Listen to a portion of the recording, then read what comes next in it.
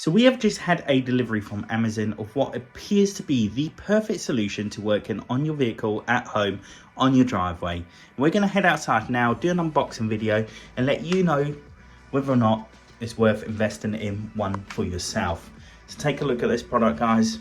Let us know what you think. This right here is the KATSU Tools 2000 kg portable pivot car lift that we picked up off Amazon. Now, if you've been working on your vehicle at home, you'll know the struggle of getting enough height and space to actually work safely underneath. Floor jacks and axle stands only get you so far, but this thing promises to be a game changer. So let's crack it open and see exactly what you get in the box, how easy it is to put together, and most importantly, whether it's actually built strong enough to handle the weight it claims. So stick around, because by the end of this video you'll know if it's a budget friendly lift worth adding to your garage setup, or if it's just another tool that looks good online but disappoints in real life. Now, looking in the box, you can see the tilt lift is quite narrow. It's roughly 77 centimeters, but it does have these extra bars included so that you can increase it to either 1.1 meter wide or 1.5 meters wide.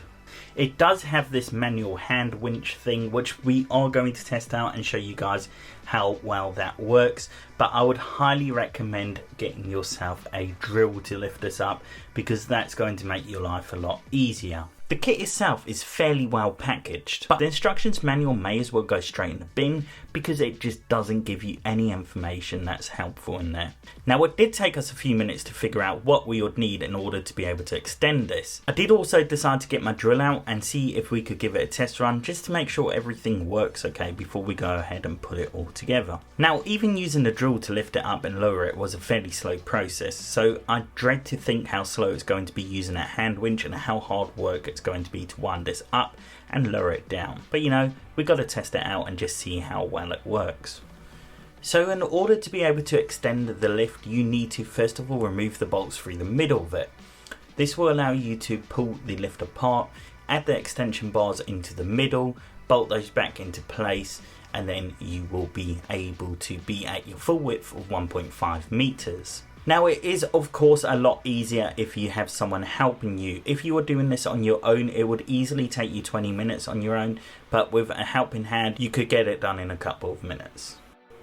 So we now have it fully extended and put all back together properly, and we are just going to take it over to the vehicle and then give it a test run. So we figured the best way to test this out was to put it under my brother's Aston Martin, because if all goes wrong, then at least it will go wrong in style. Now, the Aston Martin weighs nearly 1,900 kg, so this is a perfect weight to test out this tilt jack.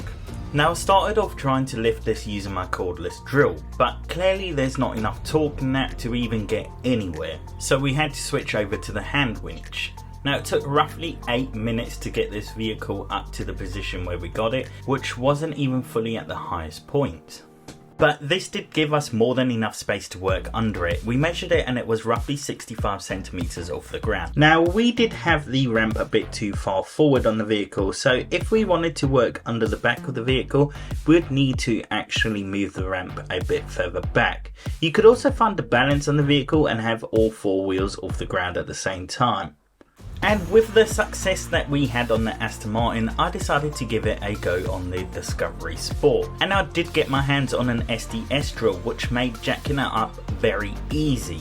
Now, with the vehicle lifted off the ground, they do recommend you using extended axle stands. However, I can't seem to source these from anywhere in the UK, so I'm going to improvise until I can get my hands on some. Okay, so you can see the back's in the air. Kind of evenly distributed the weight. Maybe it's a little bit heavy out the front, which is why it tilted forward first. What I'm going to do is just lift the front, get the back wheels down to the ground, and then we'll be able to start working on it. I'll be honest, I'm really pleased with this product, and I think it is the perfect addition for those that like to work on their vehicle on their drive. It is definitely a lot more sturdier than it looks, and at first we were a bit skeptical as to whether or not this could hold a vehicle's weight, but you've seen here it does a pretty good job. So yeah, I highly recommend this product. Let me know if you guys would get under, and if you are looking at getting one, I have popped a link in the description down below. And as always, I do really appreciate the support you guys offer by watching my content, and subscribing to my channel helps me more than you could ever imagine. So thank you guys for watching, and I'll see you in the next one.